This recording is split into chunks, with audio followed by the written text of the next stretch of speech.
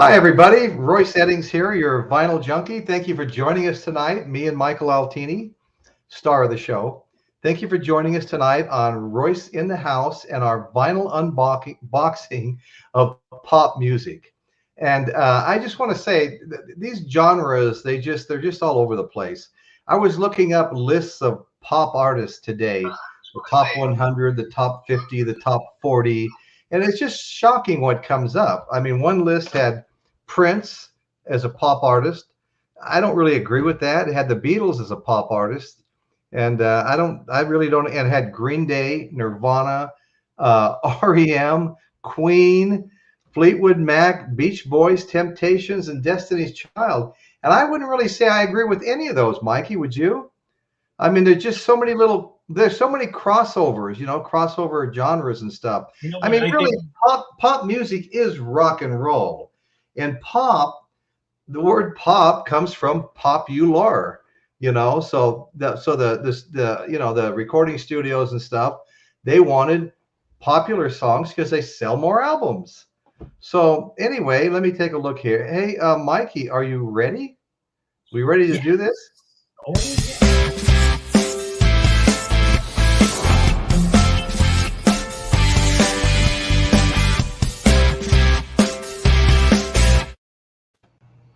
So anyway, as I was saying, these genres, they can get really confusing.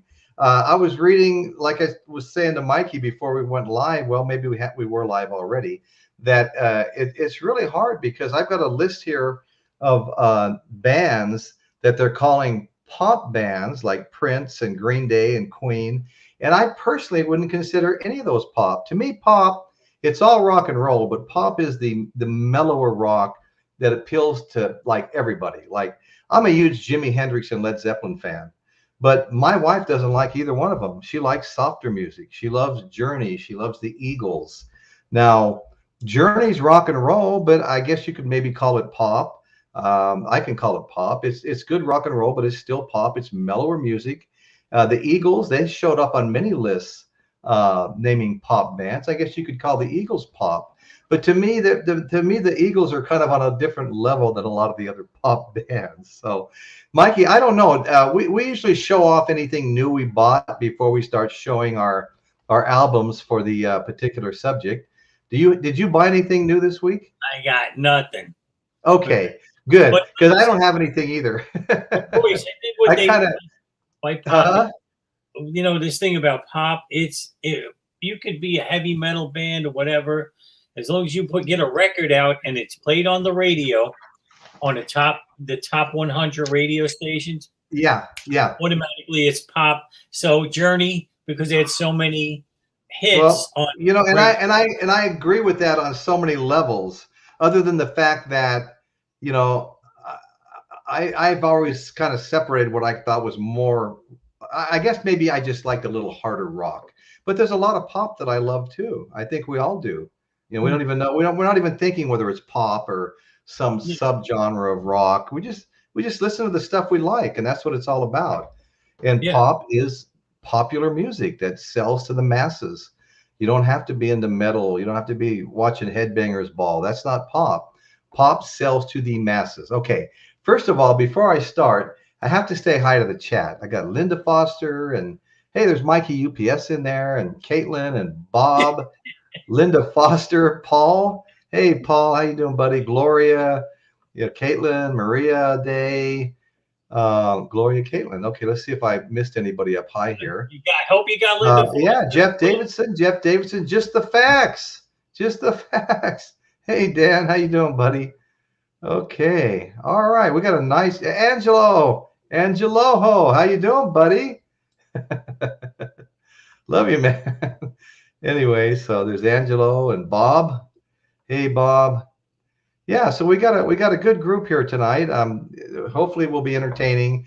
As you can see by the very first post I made, Michael McVeigh's been sick. He's got COVID. He's had a couple of relapses, and been taking some pretty serious stuff. I did get to talk to him today, and he can't wait to get back here and start having fun with the group again, but he just can't do it right now, And then Jason Herndon, Pardon me? He got an upper respiratory infection now on top of everything else. Yeah. Yeah. No, it's terrible. He gets better, and then something happens, you know, a couple of times now. And so Jason Herndon, today's his anniversary, and he kind of forgot about that. Let me know today that they're celebrating their anniversary tonight. And then Pat, the wizard, said he couldn't make it tonight, but we did send him an invite. He said there's a chance, you know, so hopefully Pat will pop in here. Then I had a couple of other people we invited, and someone that actually called me wanting to know if they could be on the show, and I said sure, you know, because I knew we were going to be shorthanded. And then he said, oh, gee, I got to work for 2 more hours. Besides that, I don't have any pop albums. I had a few people tell me they don't have any pop albums. And really, like I said, one of the definitions of pop is it's popular music. Some of the lists I looked at named, you know, Queen, Elton John, Prince, the Beatles. One list I just looked at before the show started showed Led Zeppelin, Fleetwood Mac, the Beach Boys, the Temptations, all as pop, you know. So anyway, we'll go ahead and start the unboxing. And, well, I think this is undeniable and indisputable. The king of pop is Michael Jackson. Okay, so there's Michael Jackson, Thriller. And this was a huge album for him. And this is actually when I started liking Michael Jackson more, because he was actually too pop for me for a long time. But when Thriller came out and they were playing all those great videos, Thriller videos on MTV, well, it didn't take me long. Me and all the kids, my wife, all of us just loved those videos. And so we got into the music. We've got the CD, still have the CD. And so Michael Jackson is the undisputed king of pop. Now, he is the #1 seller of all time. And the Eagles were #1, and then Michael Jackson died an untimely death. And it's just my guess. Maybe the only reason he passed the Eagles up was because he died, you know. And anyway, so this is Michael Jackson, Thriller. This is a great album, you know. Baby Be Mine, The Girl's Mine with Paul McCartney. I love the picture on the cover of that. I think it's this cover, not the Beatles cover, but oh yeah. Here's Michael Jackson and Paul McCartney having a tug-of-war over a girl. And the song goes, the girl is mine. No, the girl is mine. And they start arguing about it. And here they're having a tug-of-war. I think that's great. The girl is mine. The girl is mine. Yeah, then we've got, of course, you know, Billie Jean's Not My Lover. Yeah, she's Altini's lover. And Thriller and Beat It. And it just goes on and on and on. So anyway, I'm not going to read every song. But anyway, Michael Jackson, he is the king of pop. No. What do you think? What do you think, Mikey? Did you like Michael Jackson at all? I tell you the truth, I did. And yeah, you know, the whole Thriller thing, it changed MTV. MTV was that's exactly right. Was only rock and roll. Tell us the story about that. It was only rock and roll, and what happened was, you know, record company. It was Columbia. They put some money into Michael Jackson's videos, and they wouldn't play it. So the president of Columbia called up the president of MTV and said, if you don't play Michael Jackson, I'm pulling all the videos. I'm pulling them all. And you ain't going to have shit because everybody was on Columbia. Right? Everybody was on Columbia. Right. And, right.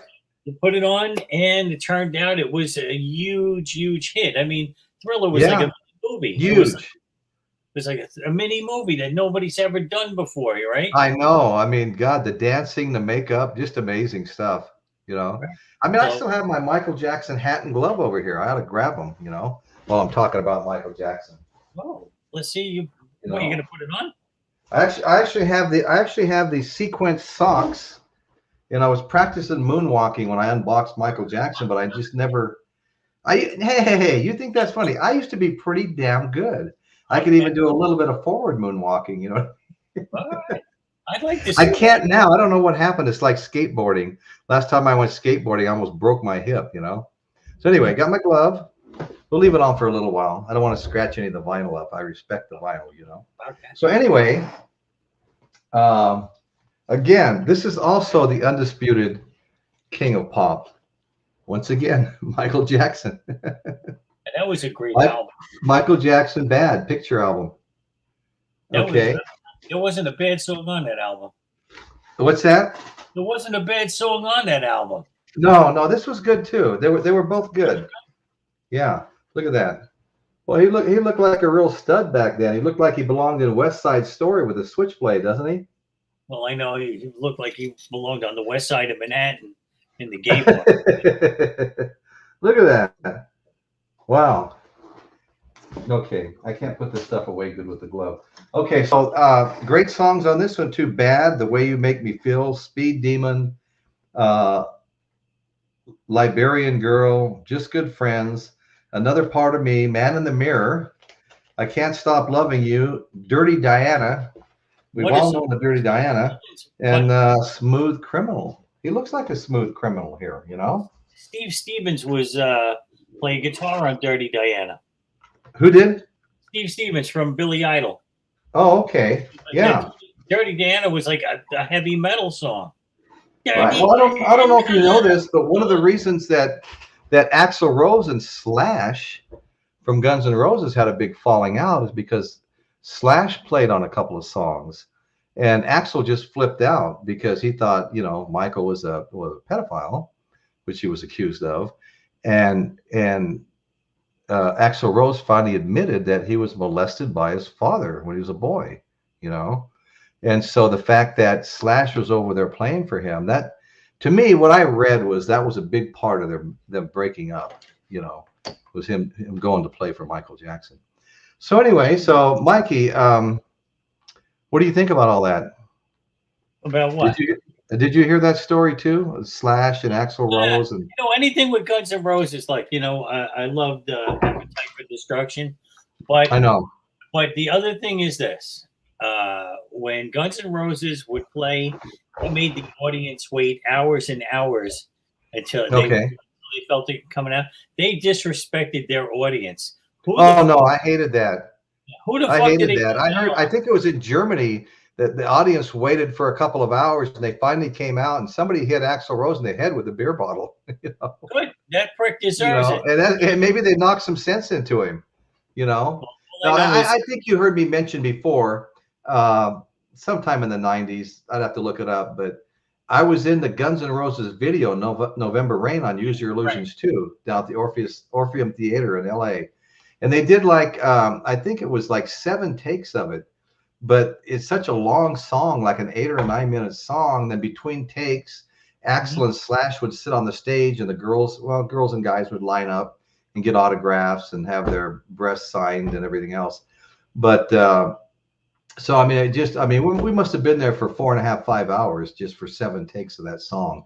But what a beautiful song, you know. Great song. And the thing is, my kids were the biggest Guns N' Roses fans in the world, and my twins were little. They were like, I don't know, 8 or 9, and they would dress up like Axl Rose and tie the bandana around their head and sing Patience, you know.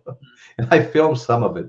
They'd kill me if I ever showed it. But anyway, so whenever the camera would pan over the audience, I wanted to amuse my kids, you know, because out of character for me, always kind of a shy guy, you know.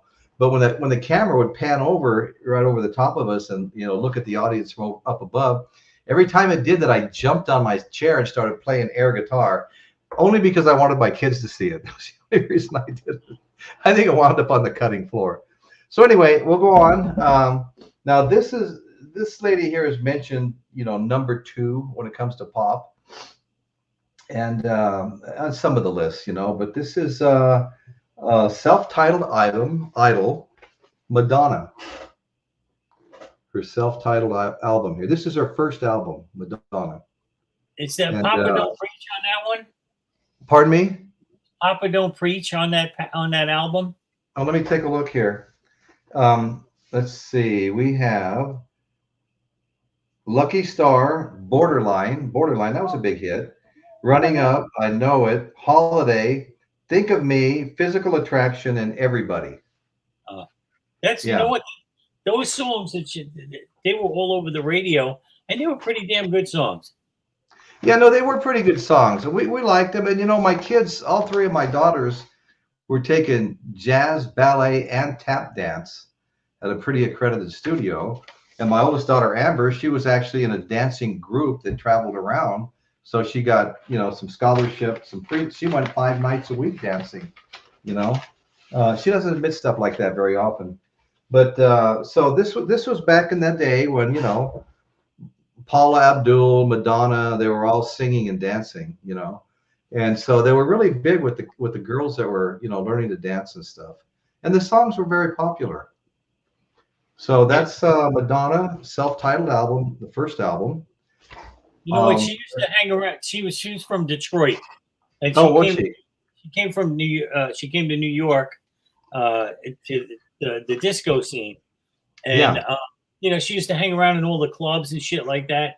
And this DJ Jelly Bean Benitez, he was a big DJ in New York, you know, underground kind of guy, and and she schmoozed him to help her on the way help up. her career. Oh, definitely.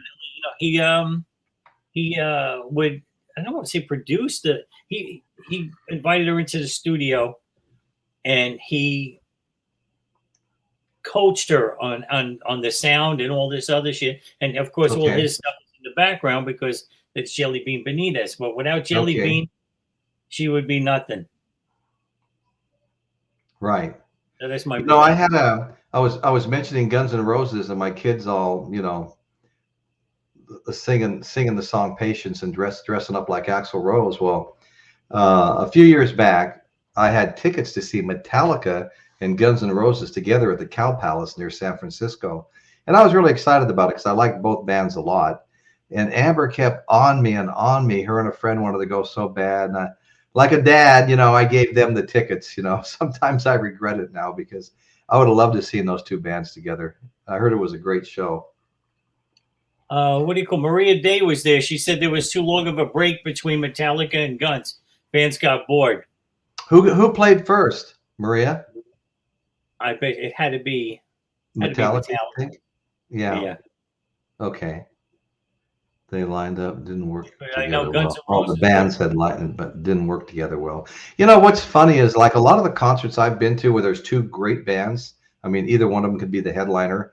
What usually happens is they come out and play on their own, and then they come out and play, you know, together. They do some songs together, and that's really a lot of fun. I saw Tom Petty and Bob Dylan did that, you know, and I saw them in concert. They came out and played separately. Those are the kind of guys that would do it, you know, like when Kiss and Aerosmith headlined, you know, they dual headline. They wouldn't come out with each other, and I always wondered how could Aerosmith let Kiss open up for them? Because I mean, I love it. Believe me, I love. Yeah, no, I know you do. But how could you go on after Kiss? I mean, yeah. Are you kidding me? Okay, Maria Day just did say Metallica opened. Yeah. That makes sense. That's what I figured. That makes sense. Yeah, because Guns N' Roses and Metallica, they were both big, but I don't think Guns would take second to anybody. So anyway, here's another one. Once again, pop diva, and it's Madonna, Like a Virgin. Touch for the very first time. That's right. I love like that song. Virgin for the very first time. So I bet you Papa Don't Preach is on that. What's that? I bet Papa Don't Preach got to be on that one. Okay, let's find out. Let's find out. I'm in trouble. Okay, let's find out. I made up my mind. Nice sleeve, just a paper sleeve. It's kind of coming apart, but she looks real pretty on that in that picture. Oh, on the front cover too. Okay, so what song were you looking for, Mikey? Papa Don't Preach. See, guys like Madonna because she looked dirty. You know, she's like a dirty girl. Like, yeah. I'll tell you, that's what everybody used to say. This one starts out on side one with Material Girl, and then Angel, Like a Virgin. Material Girl, Like a Virgin. Those were both big hits. Then it goes, well, let me get my glasses on. I'm sure you can relate to that. Every day. Okay, Over and Over. And Love Don't Live Here Anymore. I have that on my Marilyn Monroe album, Love Don't Live Here Anymore. And then we've got Dress You Up, Shooby-Doo, Pretender, and Stay. God damn. Papa Don't Preach, what album are you on? I don't know. I mean, I think I have one more Madonna over there. Well, I'm going to say Papa Don't Preach. The thing with Danny Aiello was played her father in the video. Oh, okay. It was shot. Oh, Danny Aiello, yeah.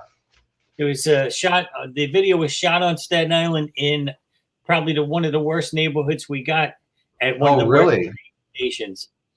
Yeah. Wow. Well, you know, I think Madonna personally, I think she looks very pretty here. Definitely, she's a real Italian girl. Yeah. Yeah. No, I think she looks beautiful. Same in this picture. Okay. Now, I chose this as pop, and I actually read that it was pop, and primarily because of Olivia Newton-John, Xanadu. Xanadu with Electric Light Orchestra and Olivia Newton-John. And here's Olivia Newton-John on the back, holding up a big ELO, Electric Light Orchestra sign. And it is a gatefold. We got some cool pictures. We've got some Bee Gees in here, you know. I think I see Andy Gibb and Olivia Newton-John there. I don't know. I'm not really 100% sure. But anyway, it's got some great pictures. Let me see if I can figure out what some of these pictures are. I have to be honest with you. I actually haven't looked at this much. I think that's okay. So you've got Olivia Newton-John, Electric Light Orchestra by Jeff Lynne. Let me see. What else does it say here? Well, the songs are Magic, Suddenly, Dancing, Suspended in Time, Whenever You're Away from Me. And then we've got I'm Alive, The Fall, Don't Walk Away, All Over the World, and Xanadu. And that's Andy Gibbs there, right? I mean, yes. Right here. Let me see. Get this closer to the camera. Right there. I'm pretty sure that's Andy Gibb. And also over here on this side. What a tragic story with that jerk. Yeah. You know, he was a drug addict, man. You know, he was a drug addict. He had the world by now, the what was the name of that pretty actress he was with? I can't think of her name. He was with her for a long time. I think she broke up with him. Linda Foster. Linda Foster. Okay. No, I'm only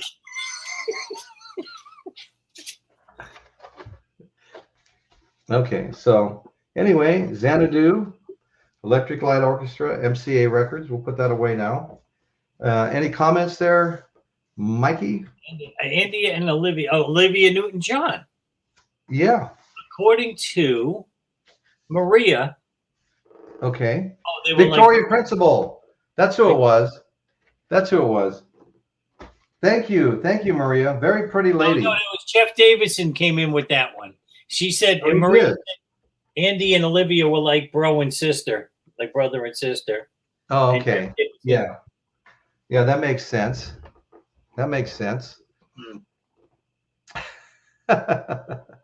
Okay. I'm sure glad you turned up, Mikey. What else you got?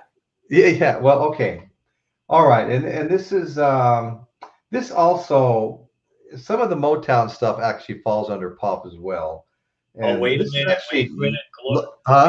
Gloria said, no, I said it. Okay. Okay. Thank you, Gloria. You got it. Thank you. You would know because you're a Bee Gees fan and an Andy Gibb fan, right? Mikey. Your fans are all here, Mikey. Adam D and Jeff and everybody. Gloria. Hi, Gloria. Okay, this is Diana Ross, Love Child. Love Child. Diana Ross and the Supremes. And that was a good song, too. I like that song a lot. Yes, it's funny about what Angelo said. The Gibb brothers were very talented. Didn't they have a dental plan, though? I mean, Jesus Christ! Did you see their teeth? For guys that were rich, they got one guy with the, you know, Bugs Bunny, the Australian Bugs Bunny. Australian Bugs Bunny. Okay, so side one, we have Love Child, Keep an Eye on You. How long has that evening then been? What? How long has that evening train been gone? Okay, how long is that evening? You know, it's the writing is almost the same color as the sleeve. It's really hard to, and it's small. How long has that evening train been gone? Does your mama know about me? No, she wouldn't let me back in the house. Honeybee, some things you never get used to. He's my sunny boy. You've been so wonderful to me. You ain't living till you're loving. Okay, I'll go with that. Don't break these chains of love. I'll set you free and can't shake it loose. So anyway, Diana Ross, Love Child. I'm a big soul fan, big Motown fan. I think I have 4 Diana Ross albums. I've got Temptations and Marvin Gaye, and I've done a soul unboxing before. You know, I had a lot of good stuff to show. I've got more since then because I knew I'd be doing it again. So anyway, this is my old favorite, the Motown label. I grew up on Motown. I sat out in the desert in my 55 Chevy with the light bar going, getting high to Motown. Me and all my buddies passed around a gallon of Red Mountain wine, smoked a little something, you know what I mean? And we loved us some Motown back then, man. You know, you said that one of those songs, does your daddy know about me? Does your baby know about me? Something like that? Yeah. Daddy know, yeah. I believe that was a song that, so you know, her and Cher were best friends, right? Oh, I didn't know that. Yeah, Diana Ross and Cher were best friends. Okay. And Cher was dating Gene Simmons, and then he started banging Diana Ross. And when she found out about it, you know, she got rid of both of them. You know, so maybe that song was about Gene Simmons and. Maybe it was. Mm-hmm. Yeah, makes sense. Yep. So what's going on in the chat? Everybody enjoying the show so far? Yeah. So I know it's not the same without the horde of guys we normally have, but sometimes it just can't be helped. I think the first 10 shows I did them by myself, you know, and then I got together with my boys here, you know, the players, and Michael Altini. I'm sure glad he's here. This is great. I got Diana Ross screwed over. I gotta change my glasses. All right, I'll be right back. Okay. All right. Well, let me just say, let me just check the chat out here a little bit while Mikey's gone. All the Gibb brothers were very talented. That's very true. They were very, very talented. Yeah. I listened to a lot of their music. I have like 5 or 6 Bee Gees albums, you know, greatest hits and different things. Angelo and Jeff, you're going to see Kiss tomorrow night, right? Yeah, Jeff Davidson's going to go see Kiss tomorrow, we said.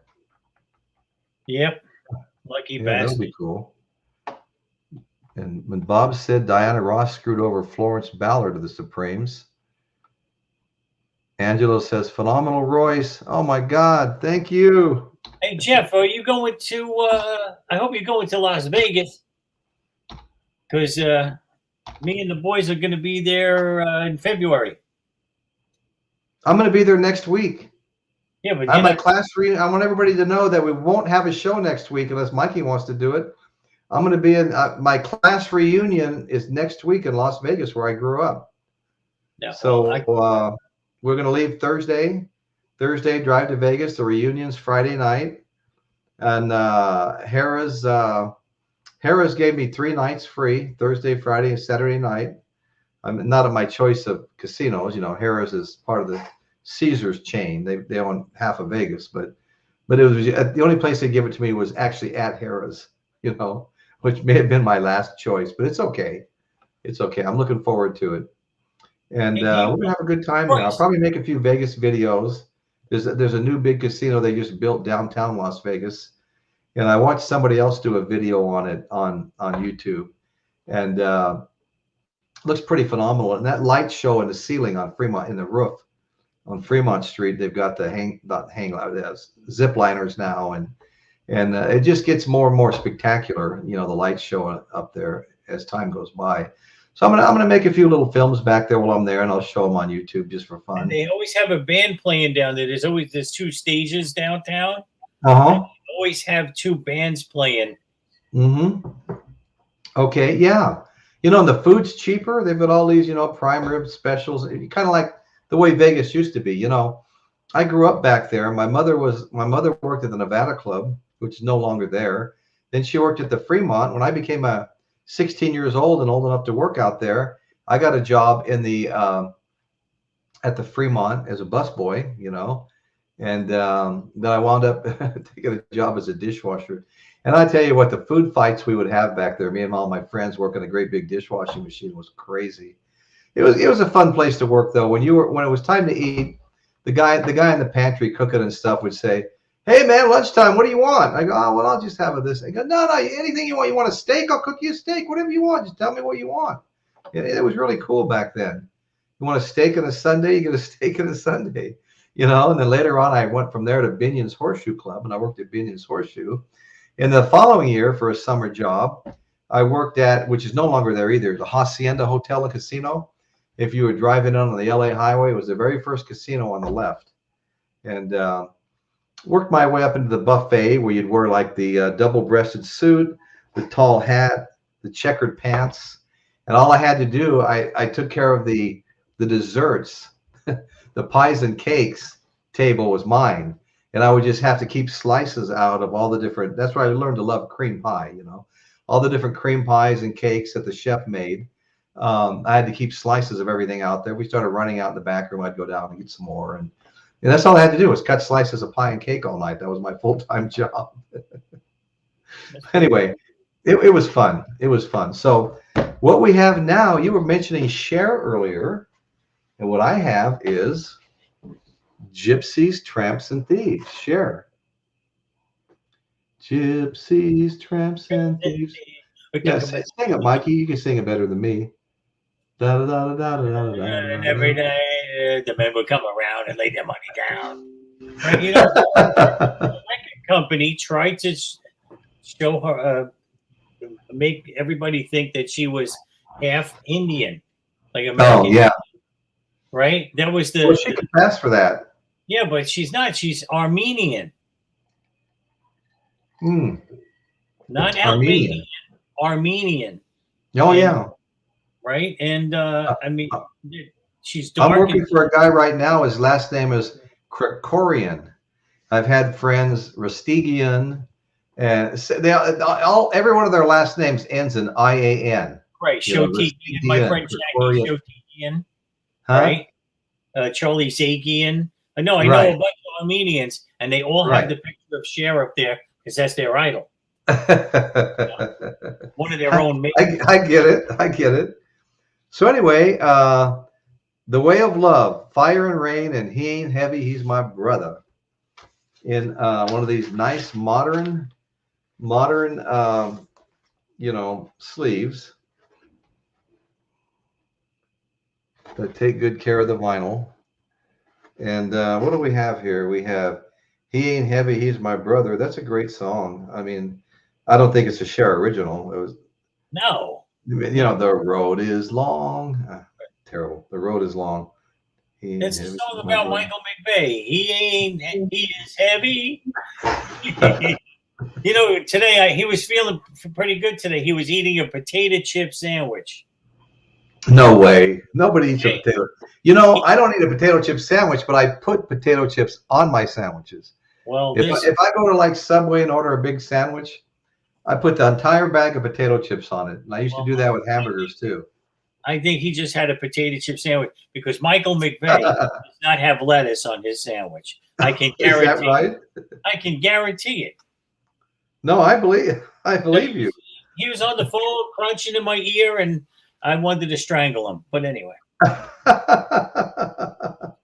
The The Way of Love, Gypsies, Tramps, and Thieves. When you find out where you're going, let me know. Michael McVeigh. Yeah, I'm feeling kind of sorry for him. I didn't talk to him. Like, did you talk to him in person or just on the No, messenger? on the phone. He lives in Texas. Yeah. Me and Heavy's my brother. I hate to sleep. I don't hate to sleep. I just can't sleep. Anyway, so yeah, Cher, she's had quite a career. You remember the Sonny and Cher show, right? They used to come on every week. I loved it. She used to. I did too. They'd end every show singing "I Got You, Babe." It was just a great show, wasn't it? Yep, and she used to wear all that Bob Mackie stuff with it. She showed her a great curve in her belly, and yeah. She used to drive the young boys crazy. Oh yeah. Yeah. Yeah, I was sad when Sonny killed himself skied into a tree. I remember when I was skiing, it got popular with some of the guys that were better skiers to just jump off trail and fly through the trees and stuff. I was always a little nervous about that. Did a couple little, moderate things. Actually, I went from, I was skiing and then I started surfing and then I had a new ski boat and I started wakeboarding. I was doing everything on a single board. So when I started going back to the snow, I bought a board, and got rid of the skis and just had a snowboard. And I really had fun on that. You ice skate? No. I grew up in Henderson out in the desert next to Vegas. And they actually did have an ice palace out there. And I did go ice skating 2 or 3 times as a kid, It was actually at that very ice palace I saw a Jethro Tull concert, See, I used to play hockey. What's that? I played hockey. Oh, did you? All the way up until college. And what I did, because I could ice skate, I put on skis, and I can't tell you how much skiing is like ice skating. It's the basic principle, bending your knees, right. And just like surfing, you bend your knees, Yeah. And I couldn't believe how good I could. The first time I tried skiing, I was like whoosh, whoosh, whoosh, whoosh, right down the mountain because it was like ice skating. Right. Has anybody seen Linda? Yeah, I see Linda Foster. She started Linda Foster had to go. She's got a 50th high school reunion tomorrow. She got all done. Oh. She went to the hairdresser, and she's getting ready to go. Okay. Yeah, no, I skipped back up in the chat, and she's in there. Well, here's the 4th one. Loves the man in the mirror. Yeah, no, so she did what she could for a while. Yeah. She's dealing with a few things too. Okay, so I've got a few more. You've got some too, Mikey, right? I got a couple. You got a couple? I mean, I have tons of stuff I could show that on one level or another qualifies as pop, But this is the Commodores live. Oh, with Lionel Richie. With Lionel Richie, yeah. Lionel Richie's right over here, right there. Yeah. We saw. I used to call him Lionel Richie. We saw him live at the Paso Robles fairgrounds. One year we were at one of my oldest daughter Amber's favorite bands for a while was Billy Ocean.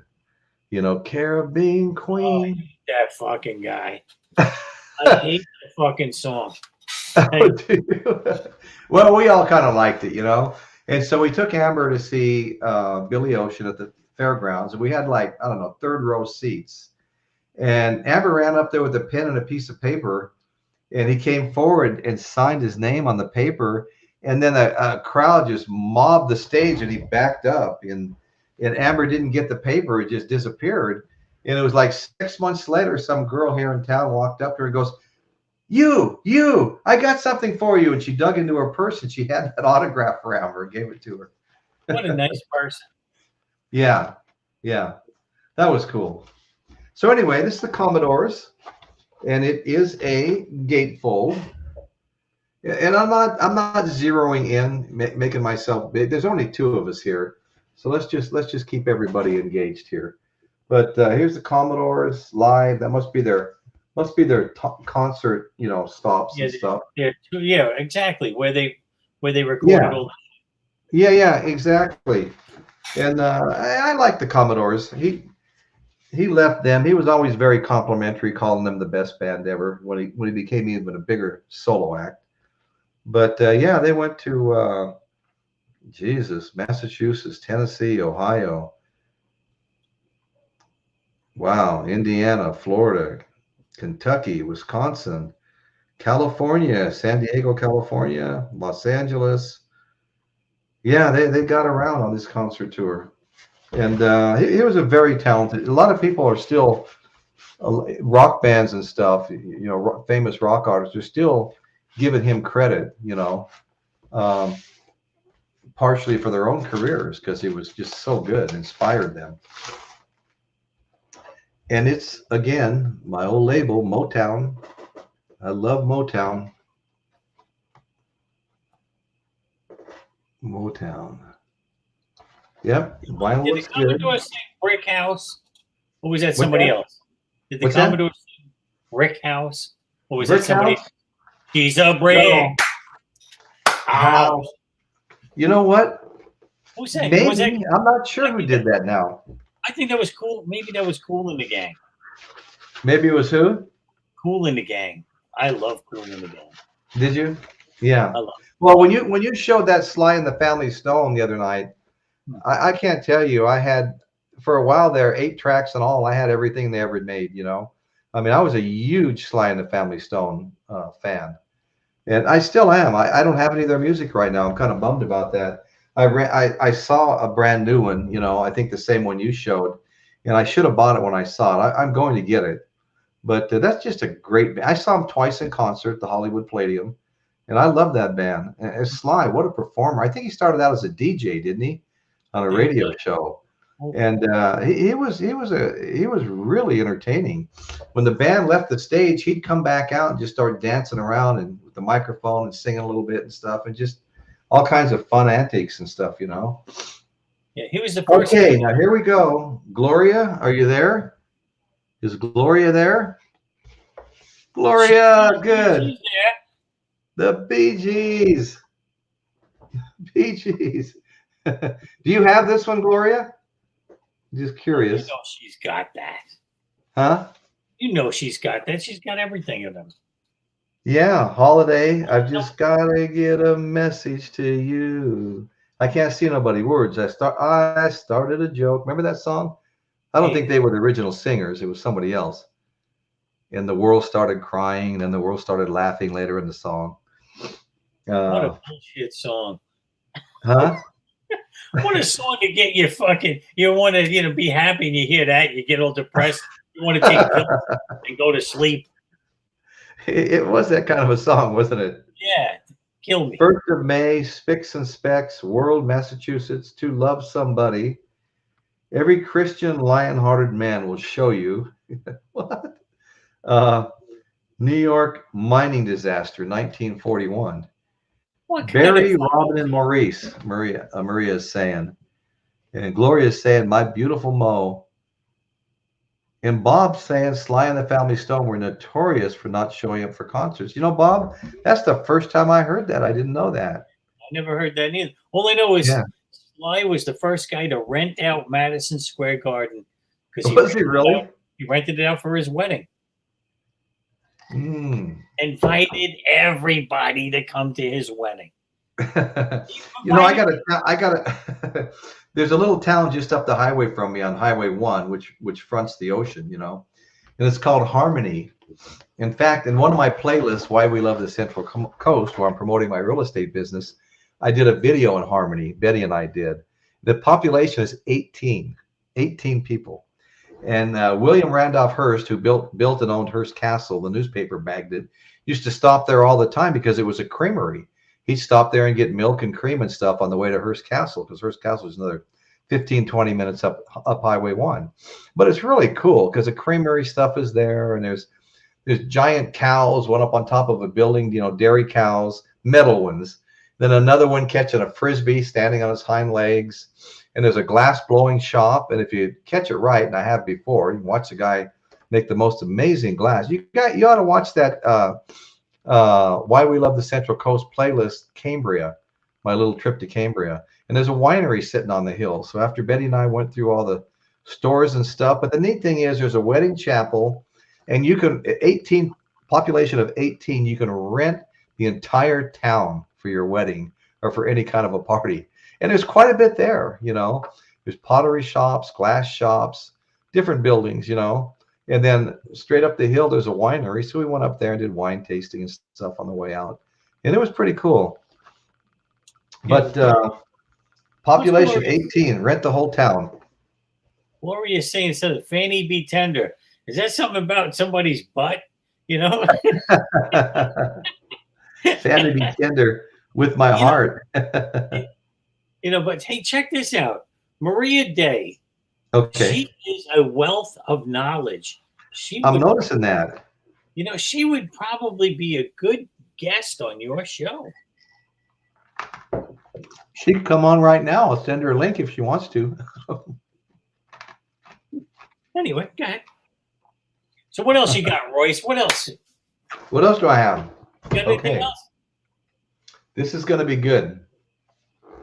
This is a 2-album set, greatest hits of Journey.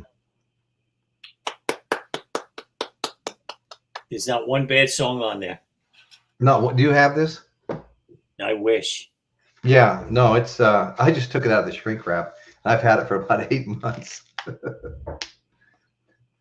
Okay, check this out. Yeah, nice gatefold, lots of pictures.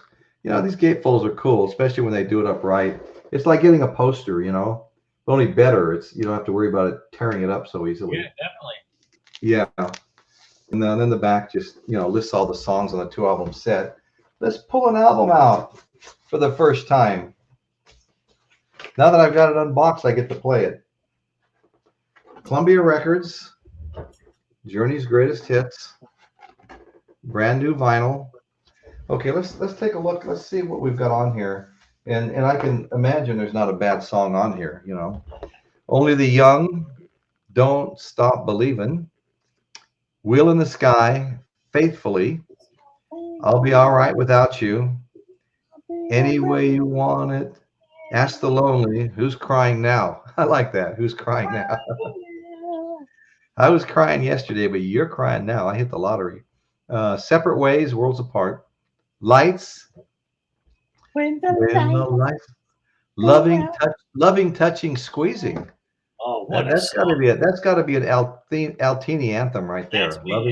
I'm Italian. I want to touch and squeeze everybody. You look like you're milking a cow. Slow down there, bro. It's like this. Yeah. Loving, touching, squeezing, screaming. Okay. Open Arms, Girls Can't Help It, Send Her My Love, Be Good to Yourself, When You Love a Woman. Yeah, these are all great. I mean, this is awesome. This is awesome. Okay. Hey, by the way, speaking of Journey, Steve Perry is putting out a Christmas album. Really? Yes.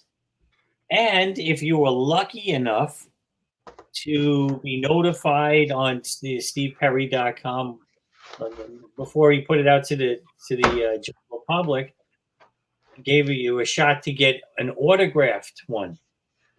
No kidding. He limited to like 100 or 200 on different colored vinyl and stuff, but you had to pay for it in the summer to get it for Christmas. Pre-order. Yeah. There's a lot more pre-ordered vinyl being offered these days. Well, you know why they do that, right? Get paid in advance. They pay for they get all the money, right, for to run them, right? So it's basically they're getting you to give them the money so they could produce it, and nothing comes out of their pockets. Nothing comes out of their pocket. No. Beautiful. It's a beautiful thing. Beautiful, and you know there's the capacity with the vinyl pressing plants is really down right now, because I don't think anybody expected vinyl just to take off and go through the ceiling. No.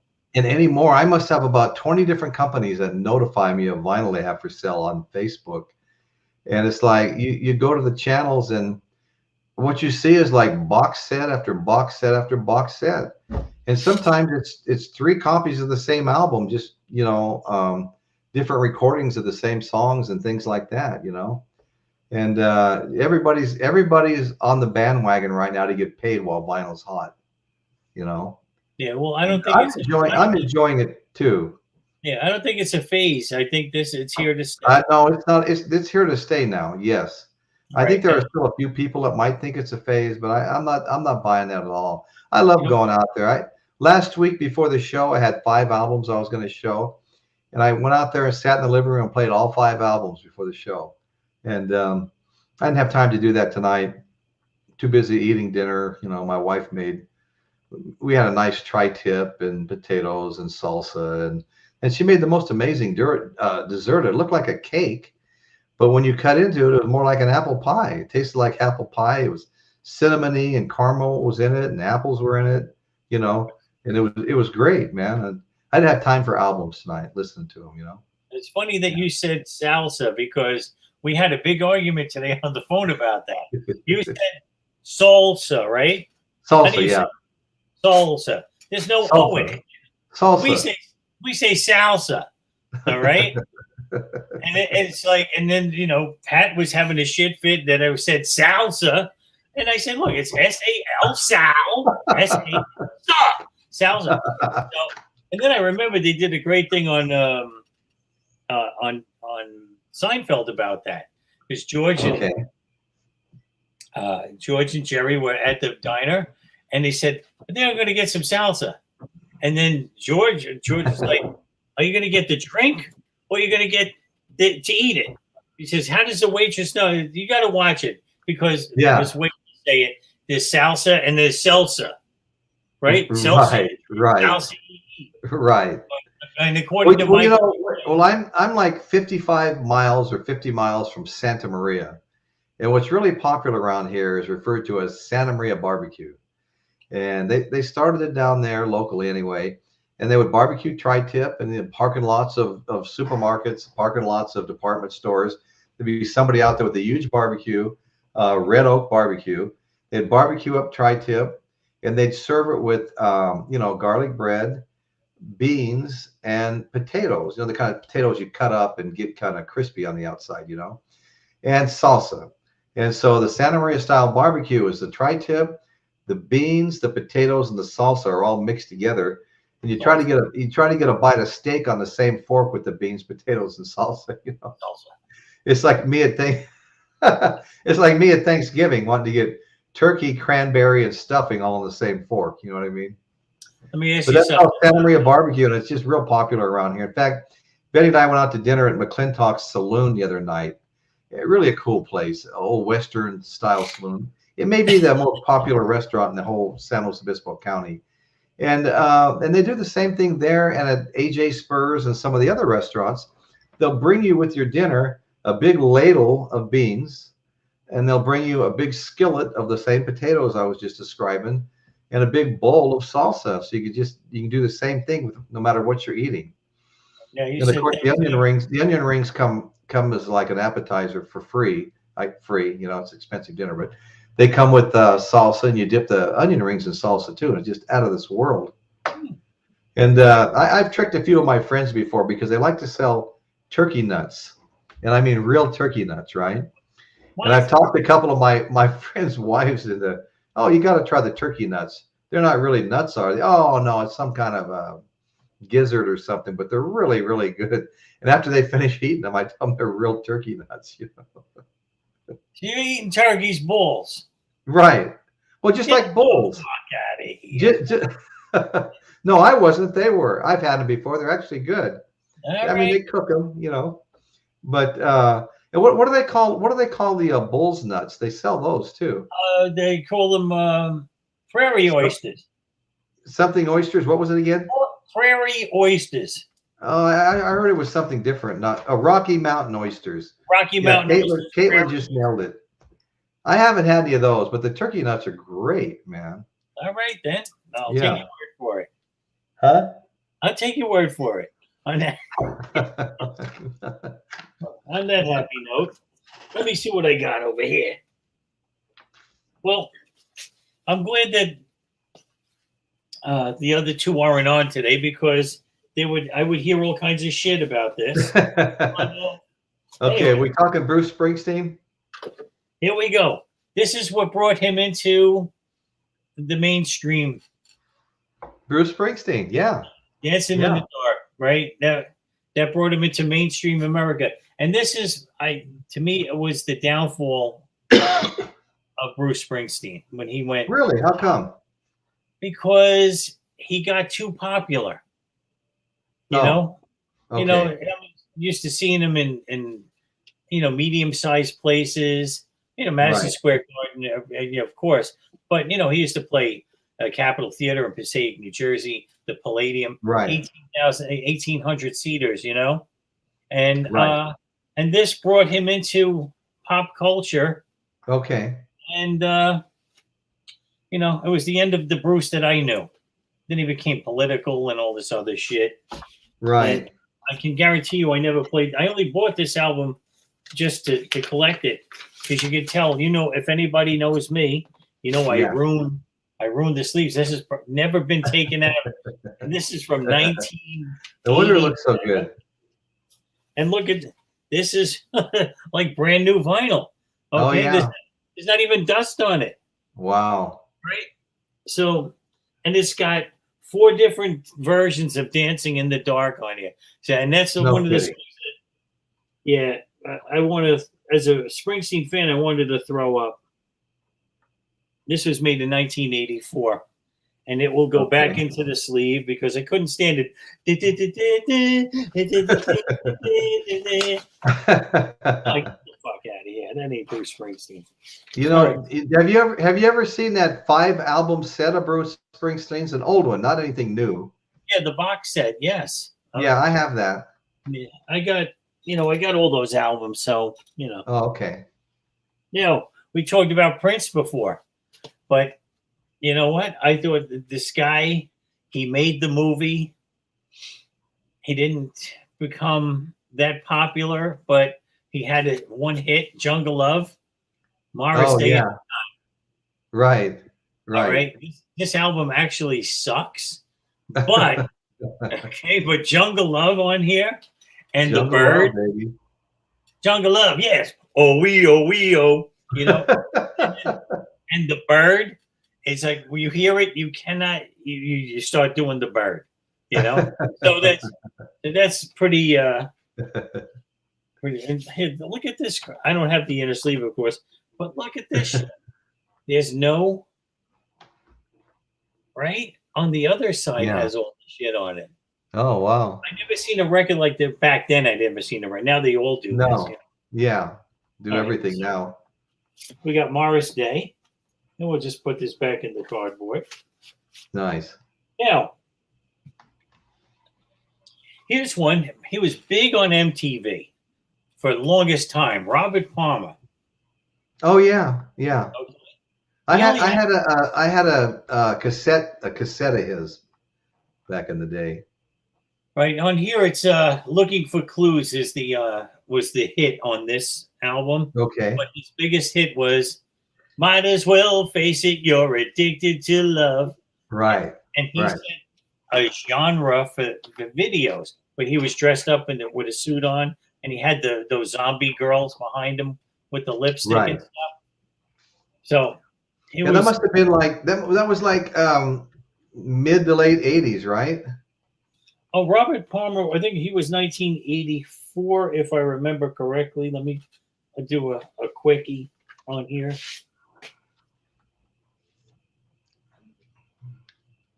$1980. Oh, 80, yeah. That makes more sense. It was on Island Records, and not too many people were on Island Records. No, that's not a real familiar.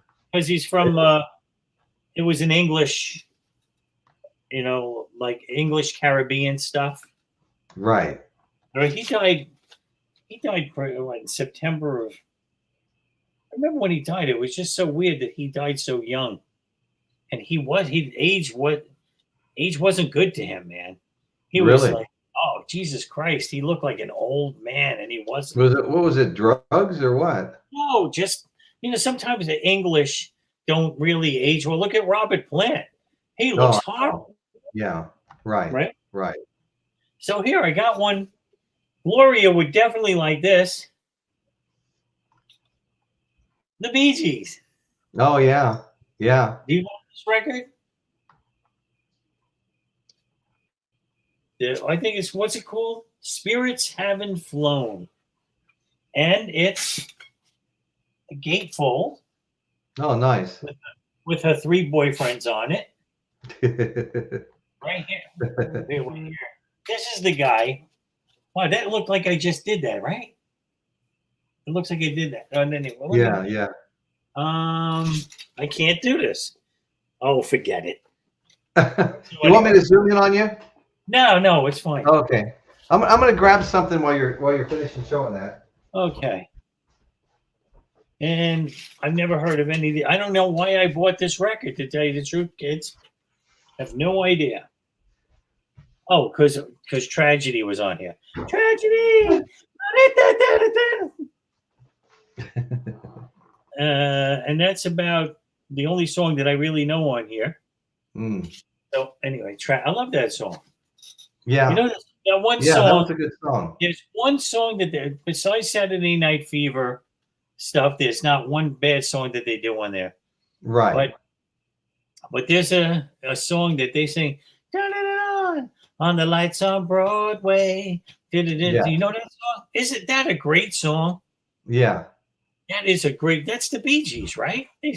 You're starting to remind me of some of the stuff I have over there in my collection.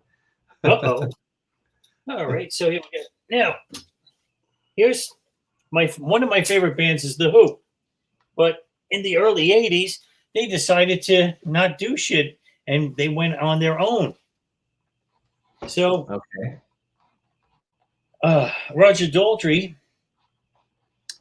started a movie called McVicker. No, I don't remember that.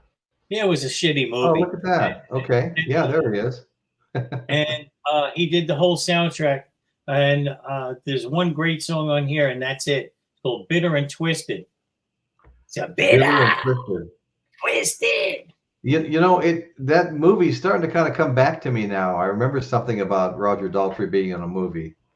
Right. So, I mean, they were, they did Tommy, and shit like that.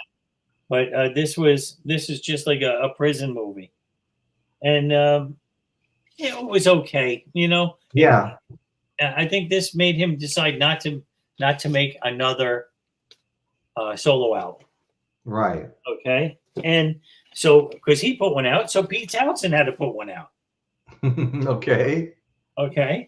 And right. Empty Glass. And this got played on the radio. Oh, okay. One of the songs was Rough Boys. Rough Boys. And that was, let me see, what do I got here? Hey, I believe it or not, it's intact. Look at that. Oh, nice. Shit. And I guarantee you the vinyl is good because I hardly played it because album sucks. But I have more in my collection. I have more sucky albums than I buy them. I listen to them once, and I used to use them as a frisbee, but some of them I just kept. I think we've all done that. Yeah. But here we go. Now we're getting into good stuff. Maha Faha. Cheap Trick. Who is it? Cheap Trick. Okay. Yeah. This was their first album. Oh, cool. And Surrender. That was their first hit, right? Surrender, Surrender. And I thought it was a great gig with Bunny, Carlos, and Ricky. I did. What a gift. Just looking at them. I saw them at the Calderon Concert Hall. And I think when the second album came out, wow, check it out.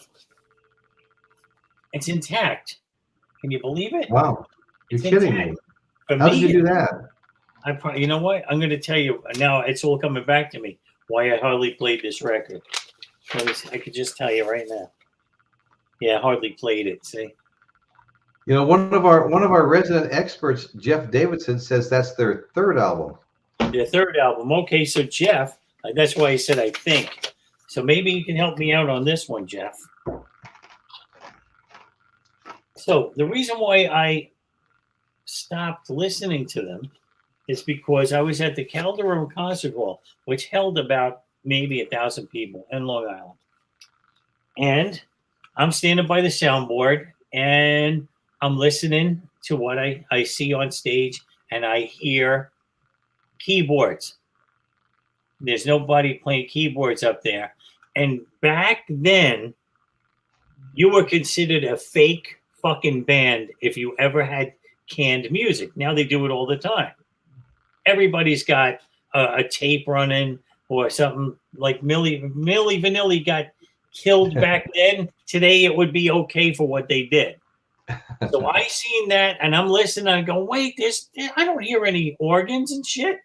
These fucking guys are fake. And then I stopped listening. So that's here, funny. Jeff, is this the first album? What do you think, Jeff? There we go. Hey, you know what? This is pretty good shape. Yeah. Yeah, check it out. Here's the yeah, you've got some good stuff there. Uh-huh. Right. Robin Zander was the point of rock and roll. And let me see, what year was this? Oh, wait, they were on Epic on this one.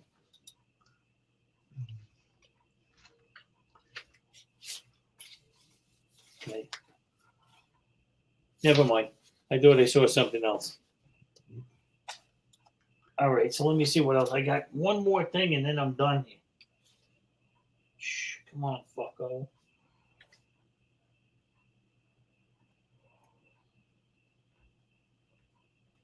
All right, talk about pop, right? Right. This has got to be the most popish shit that I got. And I don't believe I actually bought it. The Knack. The Knack, okay. Nope. My Sharona. Right? Yeah. You know that song. Right? That was a big hit. Right. That was a big hit. And that was, I think they were one-hit wonders, right? Because here's the songs: Let Me Out, Your Number One, or Your Number or Your Name. Oh, Tara. I never heard any of these songs. Good Girls Don't. Remember? That's Good Girls Don't, but I do. Right? And Silent Twins, The Monkey and Me. Right. Yeah. So My Sharona, and this is super pop. When you think of pop, this is pop. That is pop. Right? Did you say My Sharona's on that? Yes. Oh wow. Okay. That played like 24 hours a day back in the day. Oh my God, you wanted to fucking throw up. And, it came with a button, but I don't have it. That was popular back then in the 80s. Yeah. Everybody had a button. Oh, that just reminded me of one other thing. It's on Capitol Records, and it's a great look at this vinyl. It was hardly played. It was never played. It was never played. Never. Okay. That's funny. But here, this just reminded me of one more thing I got to show you. And then we got to call it a night. I got to go into the vault.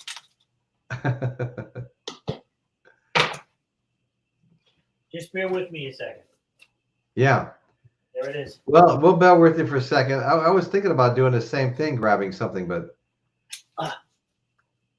Here we go.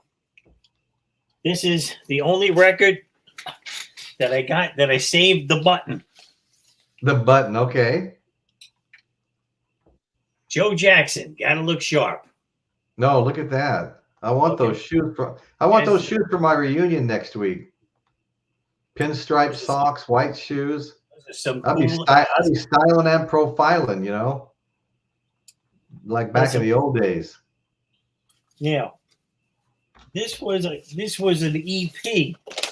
It came out with a double EP. Here's the gatefold. Oh yeah. Right. Yeah. Here's the other side nice. of the button. I love the gatefolds. Right. So on this album was One More Time, One More Time, and Sunday papers. Do. Read it in the Sunday papers. Do. That was all over the radio. Is she really going out with him? Oh, right? That's on that. Okay. Right. So this thing, Fools in Love, Got the Time, Look Sharp, Pretty Girls, Do the Instant Mash. These are all, every one of these songs were on the fucking radio. Okay. Right.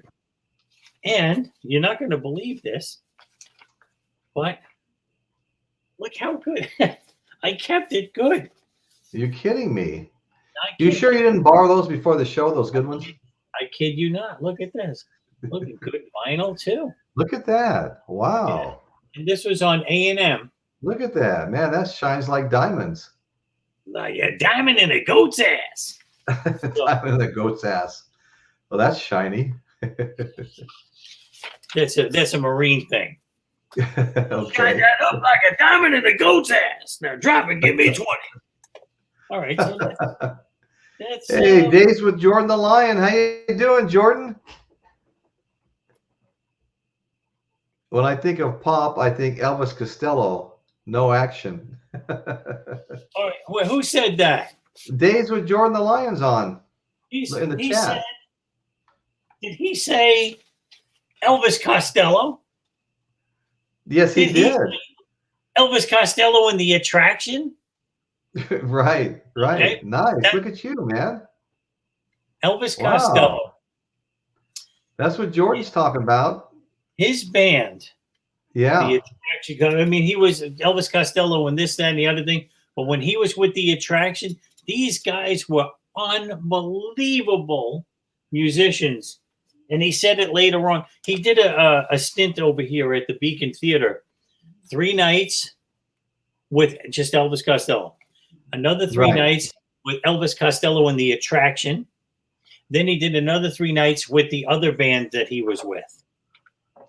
Hey, Jordan, I just wanted to say, if you'd like to pop on the show, we're just about done unboxing, just to chat a bit.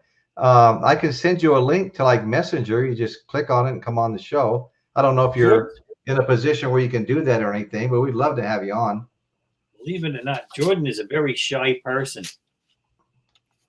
I am too. Took me years to get over it. Fuck. Now I'm having a problem getting this thing back in the fucking thing. Now I'm going to rip it. I know it. Oh, kiss my ass. Come on. Don't fuck with me. Yeah, after all this time, don't tear it up. No, just like that Louis Armstrong thing, right? Yeah. Right? Had it for got it from my grandmother and bring it on your show, and it disintegrates right before my eyes. Right. Right. Okay. All right. Look, Royce, I gotta go. Oh, you do? Yeah, I gotta go.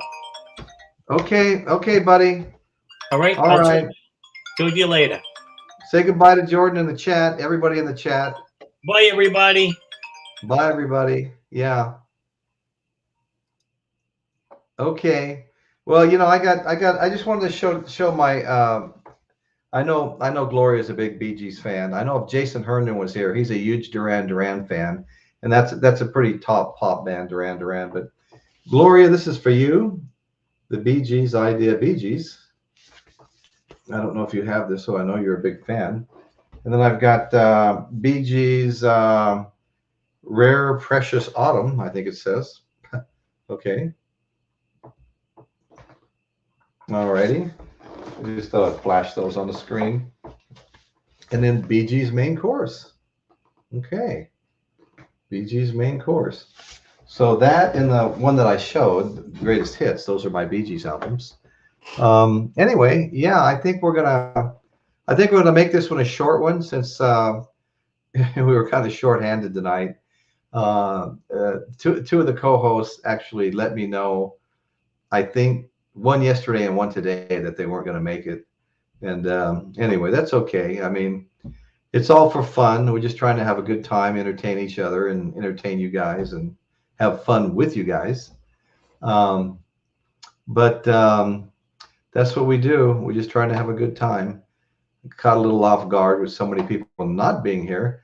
I was so grateful when Mikey came through, you know, and he was great tonight. A lot of fun. Maha Faha. What was he calling himself? He's always got a funny name. Royce in the house. That's a funny name too, I guess. Okay, guys. Caitlin and Jeff and Angeloho and Gloria. Gloria, what is Gloria saying? Main Course is a beautiful album. Yeah. Yeah. Caitlin, Jeff, I'm picking on you because I can't travel yet. Gloria, jive talking. Brought them back to mainstream. Yeah. Yeah. That was a good song. All right. So, yeah, everybody's out there on tour right now. The Stones, Kiss. Every day I read somebody else is out there. Everybody's, you know, everything got postponed for so long due to COVID. You know, we had our Stones tickets for San Diego. We had the flight booked. I mean, flight is only a 6-hour drive, 7-hour drive. It's something special about flying, just getting out and getting the cab to your room. So we had all that set up, you know, the flight, the room, the tickets to the Rolling Stones concert. And then COVID hit, and it took us like, I don't know, a year and a half. We finally got refunded. And actually, I've been afraid to buy any advanced tickets since then, especially when, you know, this variant started spiking, you know, and everybody was, you know, things were starting to shut down a little bit again. You know, it was kind of making me nervous because it's really kind of impacted my livelihood, you know.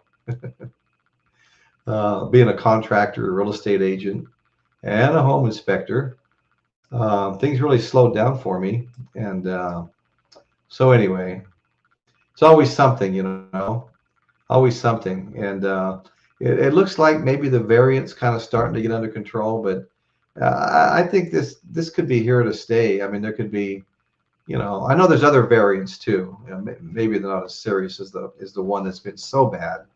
And a lot of people, even with my wife and I are both fully vaccinated. We weren't excited to do that initially. I don't like getting flu shots or anything. I've heard some scary things about the heavy metals that are in some of the shots and stuff, and so I wasn't excited. It had nothing political, had nothing to do with politics. You know, I don't care about that. It was just a personal thing. And then had to have an operation on my eyes. I've got glaucoma, and they had to vent my eyes to get the pressure to come down, because high pressure in your eyes damages your optic nerves, and it's irreversible. Once they're damaged, they're damaged. There's no fixing it. So one of my eyes was getting pretty, you know, fuzzy, and they put me on the eye drops, and then I had an operation where they did the top 180 degrees of both eyes, punched like hundreds of holes in each eyeball to help the eyes vent like they were supposed to vent. And then after a few months, they decided they wanted to do the bottom half too. So we did the bottom half. It wasn't too bad. I mean, you can walk out of there. It's not like when they dilate your eyes and it's like you've got the sun right in front of your face blinding you if you try to look into the light. You definitely have to have somebody drive there. My wife drove anyway, but anyway, so I was dealing with that, and everything's pretty much under control. I mean, I go in, get my pressure tested, and it's all normal. It's all in the normal range, which is good. It was getting a little high again for a while. That's why they did the other half of my eyeballs. I'm sure everybody's really happy to hear all this, you know. But it's always something, you know, especially in construction. I had a young protege that I took to work, and kind of a cocky kid. He's a contractor now himself. He's doing very well. But we worked one day, and his girlfriend was on the phone, and I kept, Josh, bring me some rafters, bring me some rafters.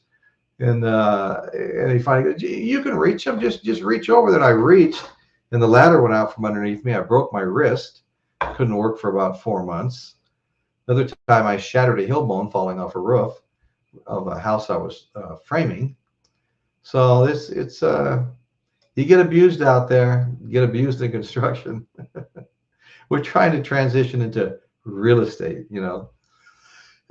My wife and I both have our real estate license. We've sold a couple of big houses and made a little bit of money, but that's been kind of slow lately, you know. I mean, inventory's down, prices are sky high.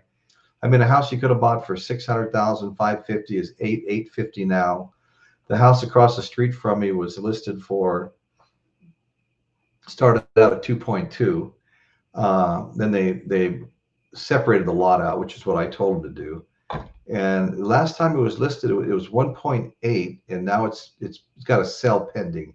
And I'm not sure, you know, what it actually sold for, but one down the street sold for 1.3, one up around the corner sold for 1.3, and these were all $900,000 houses 2 years ago. Another 1.3. Well, I would imagine the one across the street got a minimum of 1.6. You know, so it's pretty crazy out there. We've had the inventory of homes for sale in the Atascadero where I live, under 20 homes on the market total. And man, when a home hits the market, there's a bidding war. The house we sold earlier in the year, it was a house I built in 1990 for a customer, a couple of guys. One of them died, the other one had to go to a nursing home. They insisted that I was their realtor to the niece that took over. And we put that house on the market, and in 3 days we had 3 offers over the asking price. And I picked the customer that I thought would be the easiest to get along with, that wasn't going to drive us crazy wanting things done.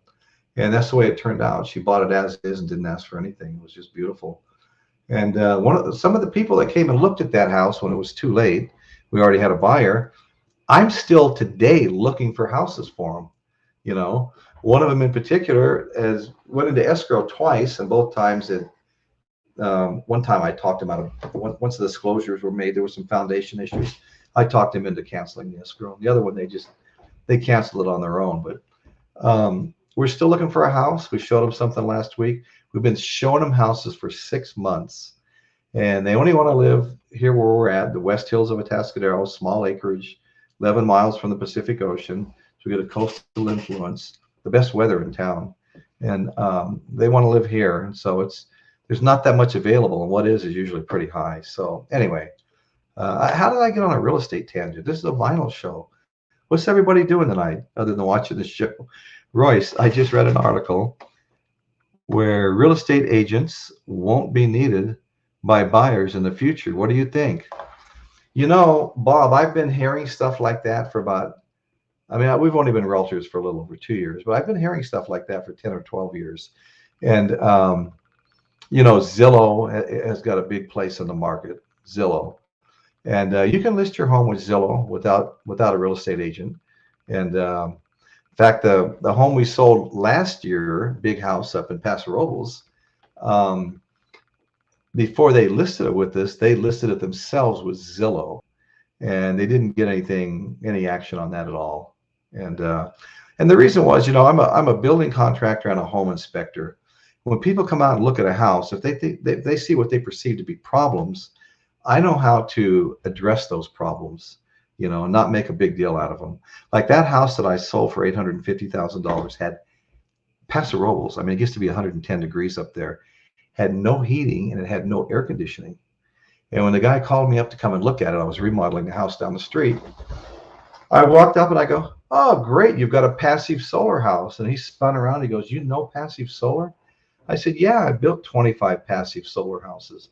You got your foundation insulated, you got your Tron wall, you got the overhangs just right, block the summer sun, but let the lower winter sun in to heat the tile floors up so they can radiate heat later. And it looks like you've done all the right things here." He goes, "Oh man, you're the first guy I've talked to that knows passive solar." I go, "I love passive solar." And that was probably the biggest reason why I got to sell that house. I sold a house in a town that gets to be 110 degrees all summer, not all summer long, but it goes from 95, 105, 106, it can go 110, probably even seen 112. No heating and no air conditioning. We got a good price for it too. Anyway, so I don't think, Bob, in answer to your question, if you knew the mountain of paperwork we have to do, anymore, and they've just added a whole bunch more pages to it. And during COVID, we had all the COVID protocols. We had to go through and wipe the whole house down, all the handles and doorknobs and everything you might grab, somebody might grab coming through. We had to keep a log. We cleaned all this up before the people got there. When they left, we cleaned, and the time, the date, who was there, the realtors that brought them. We had to keep a log, you know, clean it before they get there, clean it when they leave. Everybody wore masks. Well, you're supposed to wear masks. And, you know, I had a great big case full of stuff I brought to each showing, but a pictograph up on the doorway showing all the things that they were required to have. You know, we had to place sanitizers out and stuff like that, you know, and somebody's got to do all that kind of stuff and a lot more too. I mean, there is so much paperwork anymore. I mean, it just, I mean, there was like 9 or 10 pages just of the COVID stuff, you know, and that's what your realtor's doing. You know, your realtor's earning his money. And, you know, people try to go solo. And don't get me wrong, I've bought and sold lots and houses. I bought lots, built houses and sold those houses, all without a real estate agent, you know. But the last bunch of stuff I built, I hired a realtor and just let them do it, you know. And a realtor is vital. And I know you're going to pay 5% more, you know. But the seller's paying that, not the buyer. The seller's paying that. And it's split between the two offices, 2.5% of the sales price each. And then each realtor has to split with his broker, not 50-50, but, you know, depending on the deal, 70-30, 80-20. So it gets whittled down, you know. And if you weren't getting that, you really do earn it. Let me tell you, when I list a house, I'm at their beck and call. I remember this one house, I showed 3 people this house. And after that, I rushed home. I grabbed my grandkids and I ran to the beach in COHOST. And I get a call from a realtor, and he goes, "Hey man, I had some customers in town. At first, they didn't care about the house you've got listed. Then they had second thoughts. Can we see it today?"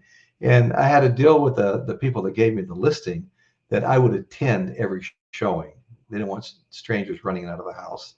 And so I packed up the kids, left the beach, drove all the way back to Paso Robles and showed it again. I mean, we were just, Betty and I, when it comes to trying to get the house sold, we're just animals. We're going 7 days a week. You know, we show it all day long. Show it in the morning, we show it at night. You want to see the house, you're going to get to see it. And it takes a lot of pressure off the sellers themselves. You know, a lot of times the sellers, potential buyers come in, they're their own worst enemies. They talk too much, you know.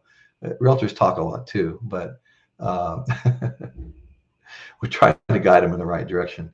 Anyway, so I don't think so, Bob. I think, well, you know, at my age, just give me a couple of good years, you know, whatever, you know, I would just soon be retired. I'd have a show every day, you know. Mr. Royce is dropping knowledge. Thank you, Gloria. Thank you. I appreciate that. But anyway, so like I said, when you hire us, I've been a licensed building contractor since 1979. I built tons of custom homes. I built 13 of my neighbors' homes. I usually had 2 going at once right in my neighborhood. I could practically walk home for lunch. Well, I'm glad that light's flickering. Maybe I need to take a couple of bulbs out. I liked it better. But you've got a CREA certified home inspector selling your home. And, you know, you get these realtors in there, they try to grind on you for the customer. Oh, this is going to cost this.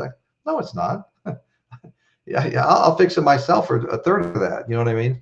And the last house I sold, they had a bid from the termite company to clean up all the dry rot and termite damage for $6,500.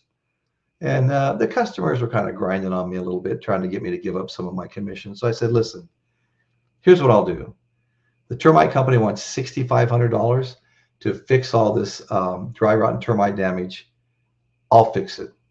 No charge, you know, because most of it's labor. You know, I might have had $500 to $700 of material on a $6,000 dry rot termite job. And I just gave them the labor. You know, I'm out there showing the house and stuff. I just did all that for nothing. So, so you know what? I mean, we bring value from a contractor's perspective, from a home inspector's perspective, and my ability to, you know, do some things to keep things flowing. And then this next house I sold, I did the termite work on that one too. Now I did charge on that one. It was much more intense. Huge beams that had to be ripped out of the deck, that had vines twisted around them. You know, you'd spend an hour just cutting the vines off. But it was considerably more work there, and I did it for slightly less than what the termite company was going to charge. But anyway, so we bring value, and oh, my wife just walked in. She's kind of shy. Here you go, dear. Getting into the sleep aids over here, you know. Told me to shut up. Okay, I'll shut up. All right. So anyway, that's my little self spill. I know you guys are all over the country, but if you ever move to California, look me up. I'll inspect your new house. I'll build your new house, or I'll sell you a new house, or all three. You know. So anyway, that's what we do. But I have to be honest, it's been kind of a little slow on all fronts. 2 years ago, some guys came to town, one of which I'd worked for years ago, Barry Ephraim, from Brentwood, California, O.J. Simpson fame. Anyway, he wanted to do some development. He's an attorney, but he never wanted to be an attorney. He just wanted to be a contractor. So we got together. We built 23 homes, a 12-house subdivision, a 7-house subdivision at the golf course, which Betty and I owned before the recession. Is named after our daughter Erica, our deceased daughter Erica. We got the city to let us name it after our daughter. And so we built those 7 at the golf course, 12 on Carrizo Road, and then 4 in Templeton. And these were 4 3,000 square foot houses, just beautiful homes. And Templeton's a really nice area. That's where they built the new hospital, and all the doctors have offices, and they built a bunch of nice homes for the doctors and stuff. So it was a really good area, and we got the lots just dirt cheap. Or Barry did, you know. Barry was the guy with the money and all the control. But anyway, but it was good. It was good. We had fun building. I've always enjoyed building. I like building new, mostly from the ground up. But it seems like the last few years, all I'm doing is, you know, and I'm not complaining, but remodels and small jobs and bathroom remodels. It seems like every other day I'm carrying a toilet like this, you know, remodeling a bathroom. Kind of getting old in a way. I'll do what I have to do for a little longer. Anyway, you guys, I'm going to sign off tonight. Thanks for joining us. The show probably would have lasted another hour, you know, if Pat and Jason and McVeigh were here. You know, Pat's always got 10 or 15 albums. Jason can have a bunch. I know he was a big Duran fan, so he would have had some of that. And God only knows what Michael McVeigh would have had. So anyway, guys, thank you very much. I really appreciate hanging out with everybody. It was a little more intense tonight because I couldn't be typing on the chat while Pat was talking, or Jason was talking, or McVeigh was talking. So I just talked to you guys in the chat. Hope you didn't mind. So we're going to sign off now. Thank you very much. And just remember, next week, I'm going to my class reunion in Las Vegas, my 50th, just like Linda's. And we'll be staying in a casino in Vegas. I grew up just outside of Vegas, 8 or 9 miles, Henderson. But we consider ourselves part of Vegas. And the way it's all grown now, it really is part of Vegas. And so we'll be back there next week. I'll probably be making some vlogging, some casino stuff and downtown Fremont Street stuff. I'll maybe go up to the dam and the new suspension bridge, and we'll see. We'll see. Time goes by pretty quickly. So anyway, yeah, all that work will keep me young, Bob. Thank you. And why do I feel so old right now? I'm working on a remodel in Morro Bay right now. But I love Morro Bay. I mean, you know, you're right there at the ocean, you know. All right. Well, thanks, guys. Paul. Thank you, Paul, Caitlin, Jeff, Maria. Really appreciate all you guys coming out here and having fun with us and supporting the show. Jeff. Yeah, just kind of scrolling up to see here. Bob, see who's left. And yeah, thank you, everybody. I really appreciate it. Let's see. Who did I just saw? Okay, that was Bob. Okay, Bob and Gloria. All right. Well, okay. Thank you. We're signing off. Good night.